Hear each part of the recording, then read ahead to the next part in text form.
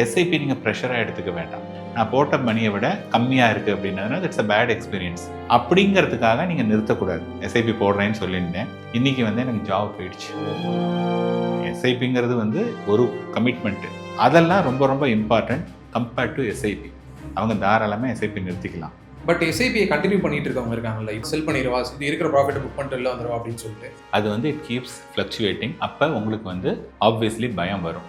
ஆனால் கீழே இறங்கும்போது நீங்கள் வந்து என்னென்னா will be very very happy. எப்பா போன தடவை வாங்கினதை விட எனக்கு இன்னும் கொஞ்சம் அதிகமாக கிடைக்கிது அப்படின்னு சொல்லிட்டு சந்தோஷமாக வாங்குவீங்க. மார்க்கெட்டை பற்றி இப்போ வந்து எனி ஸ்மால் கேப் ஃபண்டு எதுவுமே பெர்ஃபார்ம் பண்ணலை. மார்க்கெட் கீழே வந்ததுன்னா ஃபண்டும் கீழே தான் விடும். என்கிட்ட 80 லட்ச ரூபாய்க்கான தங்கம் இருக்குது அப்படின்னு யாராவது சொல்கிறாங்க? வணக்கம் சார். வணக்கம் கேஷவ் சார். வர பார்த்தீங்கன்னா மார்க்கெட் கீழே வந்துக்கிட்டே இருக்குது. இந்த எஸ்ஐபி பண்ணுங்க அப்படின்னு சொல்லி நிறைய பேர் பேசி மியூச்சுவல் ஃபண்டில் பண்ணிட்டு தான் இருக்காங்க, எஸ்ஐபி பண்ணிகிட்டே இருக்காங்க. அவங்கெல்லாம் பயங்கர பதட்டத்தில் இருக்காங்க சார். ஃபஸ்ட்டு நம்ம எஸ்ஐபியில் ஒரு இன்வெஸ்ட்மெண்ட்குள்ளே வரும்போதே நீங்கள் சொன்ன ஒரு விஷயம்னா, பதட்டப்படாதீங்க, உங்கள் காசு எங்கேயும் போகிறது கிடையாது, நீங்கள் மார்க்கெட்டில் இன்வெஸ்ட் பண்ணுறீங்க, மார்க்கெட் மேலே இறங்குதோ கீழே இறங்குதோ உங்களுக்கு பெனிஃபிட்டாக தான் இருக்கும் எதுவாக இருந்தாலும் சொன்னீங்க. பட் இருந்தாலுமே பல பேர் பதட்டப்பட்டுக்கிட்டே இருக்காங்க. அதாவது நான் எஸ்ஐபி இப்போ ஸ்டாப் பண்ணணுமா வேணாமா அப்படின்னு சொல்லி. நிறைய பேர் வந்து நீங்கள் வீடியோவில் சொன்னதை எப்படி புரிஞ்சிருக்காங்க அப்படின்னா, பத்மநாபன் சார் என்ன சொல்லியிருக்காருன்னா, எஸ்ஐபி எந்த ஒரு சுச்சுவேஷன்லையுமே ஸ்டாப் பண்ணக்கூடாது, நீ என்ன வேணால் ரெண்டு போட்டு நீ எஸ்ஐபி பண்ணி தான் ஆகணும்னு சொல்லியிருக்காரு அப்படின்னு நினச்சிக்கிறாங்க. ஸோ உண்மையாலுமே நீங்கள் சொன்னதுக்கான விஷயம் அதுதானா சார்? இல்லை நீங்கள் வந்து அந்த விஷயத்தை எப்படி எடுத்துக்கணும்னு நினைக்கிறீங்க மக்கள்? இப்போ ஒருத்தர் வந்து எஸ்ஐபி ஸ்டார்ட் பண்ணுறாங்க அப்படின்னா நாங்கள் என்ன சொல்லுவோன்னா, முதல்ல உங்களால் எவ்வளவு சேமிக்க முடியும். அவர் வந்து நான் 15,000 பண்ண முடியும்னா, 15,000ங்கிறது ரொம்ப உங்களுக்கு டைட்டாக இருந்ததுன்னா 15,000 ஸ்டார்ட் பண்ண வேண்டாம், 10,000 ஸ்டார்ட் பண்ணுங்க. ஸோ தட் வந்து என்னென்னா, ஏன்னா நீங்கள் 15,000 ஸ்டார்ட் பண்ணி ஒரு 3 மாதம் 4 மாதம் போட்டுட்டு அப்புறம் அது ரொம்ப கஷ்டமாக இருந்ததுன்னா நீங்கள் என்னடா அதை கமிட் பண்ணிட்டோம் அப்படிங்கிற மாதிரியான ஒரு ஃபீலிங் வரும். அதுக்கு நான் என்ன சொல்கிறேன், நீங்கள் 15னா 10 ஸ்டார்ட் பண்ணுங்கள். 10 ஸ்டார்ட் பண்ணிவிட்டு அந்த மந்த் எண்டில் உங்களுக்கு 5,000 ஒரு பேலன்ஸ் இருக்குது. நெக்ஸ்ட் மந்த் சேலரி வரப்போகுது அப்படின்னதுன்னா, அடுத்த மாதம் சேலரி வந்ததுக்கப்புறம் இந்த 5,000 எக்ஸ்ட்ரா இருந்தது இல்லையா, அதை வந்து ஒன் டைமாக பண்ணிவிடுங்க. அடுத்த 2 மாதத்துக்கும் வந்து 5,000 வரல, திருப்பி ஒரு மாதம் கழிச்சு ஒரு 6,000 7,000 வந்ததுன்னா அந்த மாதிரி பண்ணுங்கள். ஸோ இங்கே வந்து என்னென்னா, இந்த வெல்த் கிரியேஷன், நான் எப்போதுமே சொல்கிறது, இந்த வெல்த் கிரியேஷனை நம்ம ஜாலியாக பண்ணலாம். எஸ்ஐபி நீங்கள் ப்ரெஷராக எடுத்துக்க வேண்டாம். ஸோ நான் எப்போ வந்து நீங்கள் எஸ்ஐபியை நிறுத்தக்கூடாதுன்னு நான் சொல்லுவேன் அப்படின்னதுன்னா, எஸ்ஐபி நான் போட்டுகிட்டே வரேன். நான் வந்து ஐ committed for a long term. ஆனால் என்னுடைய ஃபஸ்ட்டு 1 இயர் ஆர் 2 இயர்ஸ் வந்து எஸ்ஐபியுடைய எக்ஸ்பீரியன்ஸ் வந்து பேடாக இருக்குது. பேட் இன் த சென்ஸ், நான் போட்ட மணியை விட கம்மியாக இருக்குது அப்படின்னதுனால இட்ஸ் அ பேட் எக்ஸ்பீரியன்ஸ் அப்படிங்கிறதுக்காக நீங்கள் நிறுத்தக்கூடாது. புரியுதுங்களா? பிகாஸ் யூ ஹவ் கமிட்டட், உங்களால் பணம் போட முடியும் அப்படின்னதுன்னா கண்டினியூ பண்ணுங்கள். எப்போ நிறுத்தலாம் அப்படின்னதுன்னா, ஒன்று அவங்களுடைய கோலை அச்சீவ் பண்ணிட்டாங்க. நான் சார் நீங்கள் சொன்னீங்கன்னா ஒரு 5 இயர்ஸ் 10 இயர்ஸ் போட்டேன், இனிமேல் வந்து என்னால் இது பண்ண முடியாது, இங்கேருந்து ஒரு 1 or 2 இயர்ஸ் விட்டிங்கன்னா என்னுடைய கோலை நான் அச்சீவ் பண்ண முடியும் அப்படின்னதுன்னா அவங்க நிறுத்தலாம். ஒன்று. இன்னொன்று வந்து இன்றைக்கி இருக்கக்கூடிய காலகட்டத்தில் நிறைய ஜாப் வந்து ஹையர் அண்ட் ஃபயராக இருக்குது. அப்போ ஃபார் எக்ஸாம்பிள் நான் 20,000 எஸ்ஐபி போடுறேன்னு சொல்லியிருந்தேன், இன்றைக்கி வந்து எனக்கு ஜாப் போயிடுச்சு. ஜாப் போனதுன்னா நான் கண்டிப்பாக ட்ரை பண்ணிகிட்டே இருப்பேன். எஸ்ஐபிங்கிறது வந்து ஒரு கமிட்மெண்ட்டு. பட் அதை தவிர நான் வந்து ஹோம் லோன் வச்சுருப்பேன், அல்லது ஹோம் லோன் இல்லைனாலும் வீட்டுக்கு ரெண்ட்டு கொடுக்கணும், ஃபேமிலியை ரன் பண்ணணும், குழந்தைங்க படிக்கிறதுனா ஸ்கூல் ஃபீஸ் கட்டணும், there are so many things. அதனால் ஜாப் போயிடுச்சு அப்படின்னதுன்னா நான் ஜாபுக்காக நான் முயற்சி எல்லாமே பண்ணுவேன். அந்த சமயத்தில் வந்து அதெல்லாம் ரொம்ப ரொம்ப இம்பார்ட்டண்ட் கம்பேர்ட் டு எஸ்ஐபி. ஒருத்தருக்கு ஜாபு போயிடுச்சு அப்படின்னா அவங்க வந்து எஸ்ஐபியை கண்டினியூ பண்ணணுங்கிற அவசியம் கிடையாது. அவங்க தாராளமாக எஸ்ஐபி நிறுத்திக்கலாம். ஆனால் அதே சமயத்தில் ஒன்ஸ் இந்த ஜாப் கிடச்சிருச்சு அப்படின்னதுன்னா திருப்பி அவங்க ரீஸ்டார்ட் பண்ணணும். சார் நீங்கள் நிறுத்திக்கலான்னு சொன்னீங்க, பட் இப்போ அப்படியே எனக்கு பழகி போயிடுச்சு, இப்போ திருப்பி அதுக்குன்னு ஸ்டார்ட் பண்ணுறதுனா எனக்கு கஷ்டமாக இருக்குது அப்படின்னதுன்னா பண்ண வேண்டாம். அதனால் எஸ்ஐபிங்கிறது வந்து மாதம் மாதம் கட்ட முடியுது அப்படின்னா கண்டினியூ பண்ணுங்கள். கட்ட முடியலை டியூ டு சம் ஃபினான்ஷியல் க்ரைசிஸ்னால் அப்படியாவது நீங்கள் கட்டணுங்கிறதுலாம் வந்து யாருமே சொல்கிறது கிடையாது. டெஃபினட்டாக நான் கண்டிப்பாக சொல்லவே மாட்டேன். பட் எஸ்ஐபியை கண்டினியூ பண்ணிட்டு இருக்கவங்க இருக்காங்கல்ல, இப்போ ரீசெண்ட் டைம்ஸில் வந்து இந்த மார்க்கெட் ஃபாலோ பார்த்து ரொம்ப பயந்துட்டு இருக்காங்க. அவங்கெல்லாம் வித்துருவான் நிறைய கேள்விகள் அந்த மாதிரி தான் வருது. நான் செல் பண்ணிடுவா, இருக்கிற ப்ராஃபிட்டை புக் பண்ணிட்டு இல்லை வந்துடுவா அப்படின்னு சொல்லிட்டு. ஸோ அவங்களுக்கு வந்து இது என்ன மாதிரியான ஆப்பர்ச்சுனிட்டிஸ்? ஏன் வந்து அவங்க வித்துருவான்னு கேட்குறாங்க அப்படின்னதுன்னா, அவங்க வந்து தே are focusing on the value. Value வந்து இட் கீப்ஸ் ஃப்ளக்சுவேட்டிங். இப்போ தங்கத்துடைய வேல்யூவே மேலே போச்சு கீழே போச்சு, மார்க்கெட் மேலே போகுது கீழே போகுது. So when you are focusing on the value, அது வந்து இட் கீப்ஸ் ஃப்ளக்சுவேட்டிங். அப்போ உங்களுக்கு வந்து ஆப்வியஸ்லி பயம் வரும்.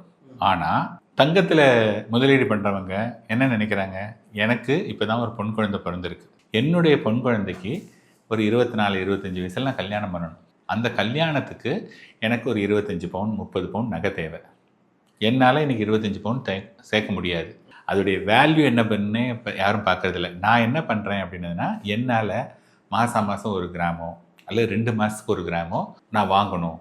So they are focusing only on the units. Mutual ஃபண்ட்லேயும் நீங்கள் வந்து சார் என்னுடைய நான் 10,000 போட்டேன் 9,000 வந்ததுன்னு பார்க்குறத விட, சார் நான் இன்றைக்கி வந்து 10,000 ரூபாய்க்கு வந்து 1000 யூனிட் வாங்கினேன், 10 ரூபா யூனிட் விலை, இன்றைக்கி வந்து யூனிட்டுடைய வேல்யூ 9 ரூபா ஆயிடுச்சு. ஸோ இப்போ நான் வந்து என்ன பண்ணியிருக்கேன்னா 10,000க்கு வந்து நான் 1100 யூனிட் இப்போ வாங்கியிருக்கேன். So I am buying more units. என்னுடைய அப்ஜெக்டிவ் வந்து ஒன்லி யூனிட்ஸ். நான் ஒரு ஃபண்டு, இந்த ஃபண்டு நல்ல ஃபண்டுன்னு நான் நினைக்கிறேன், இந்த ஃபண்டில் நான் 1,00,000 யூனிட் நான் வந்து அக்யூமுலேட் பண்ணணும் அல்லது 50,000 யூனிட் அக்யூமுலேட் பண்ணணும் அப்படிங்கிற மாதிரி எண்ணத்தில் நீங்கள் இன்வெஸ்ட் பண்ணுறீங்க அப்படின்னா SIP is all about units. அந்த ஃபோக்கஸில் இருந்ததுன்னா கீழே இறங்கும்போது நீங்கள் வந்து என்னென்னா will be very very happy. எப்பா போன தடவை வாங்கினதை விட எனக்கு இன்னும் கொஞ்சம் அதிகமாக கிடைக்கிது அப்படின்னு சொல்லிட்டு சந்தோஷமாக வாங்குவீங்க. மார்க்கெட்டை பற்றி யாரும் சொல்ல மாட்டாங்க. இப்போ உங்கள்கிட்ட வந்து நான் கேட்குறேன், கேஷவ் உங்கள்கிட்ட எவ்வளவு தங்கம் எவ்வளவு இருக்குது அப்படின்னா நீங்கள் என்ன சொல்லுவீங்க, என்கிட்ட 20 பவுன் இருக்குது, 25 பவுன் இருக்குது, 1 கிலோ இருக்குது, 1/2 கிலோ இருக்குது, இதுதான் சொல்லுவீங்க. யாராவது இன்னைக்கு தங்கம் வந்து இன்னைக்கு 1 கிலோன்னா 80 லட்சம் ரூபாய், என்கிட்ட 80 லட்சம் ரூபாய்க்கான தங்கம் இருக்குது அப்படின்னு யாராவது சொல்கிறாங்களே? நான் கேள்விப்பட்டதில்லை. நான் ஜென்ரலில் இது கிடையாது. அதே மாதிரி இப்போ ஒரு இண்டிவிஜுவல் சார் அவருக்கு வந்து 2 பிளாட் இருக்குது இப்படி தான் சொல்லுவாங்க. இதுதான் சொல்லுவாங்க எல்லாருமே. யாருமே வந்து சார் நான் சென்னையில் வந்து 3 வீட்டுடைய விலை வந்து 4 கோடி, அதாவது அவங்க உள்ளுக்குள்ளே கால்குலேட் பண்ணிக்கிட்டா கூட, but in general when they talk to other people வந்து ப்ராப்பர்ட்டி வேல்யூ 5 கோடி இருக்குது 10 கோடி இருக்குங்கிறது யாருமே பேசுறதில்ல. ஸோ ஏன்னா property value can go ups and down. Whereas unit வந்து அப்போ என்ன 3 அப்பார்ட்மெண்ட்னா 3 அப்பார்ட்மெண்ட் அது மாறாது இல்லையா? ஆர் வந்து 2 பிளாட்னா மாறாது, இத்தனை கிராம் தங்கம்னா மாறாது. So unit will never change, only the price will fluctuate. இந்த ப்ரைஸ் வந்து பார்த்தோம்னா இனிஷியல் பீரியடில் வாங்கும்போது ஃப்ளக்சுவேஷன் இருக்கும். ஸோ ஃபார் எக்ஸாம்பிள் இன்றைக்கி 8,000ன்னு சொல்கிறோம் இல்லையா, ஐயோ 8,000 விலை ஏறி போச்சு அப்படின்னு இன்றைக்கி பேசுகிறோம். இதே இது வந்து ஒரு 10 வருஷம் கழிச்சு அது ஒரு 15,000 ரூபாய் வரத்துக்கான சான்சஸ் நிறைய இருக்குது.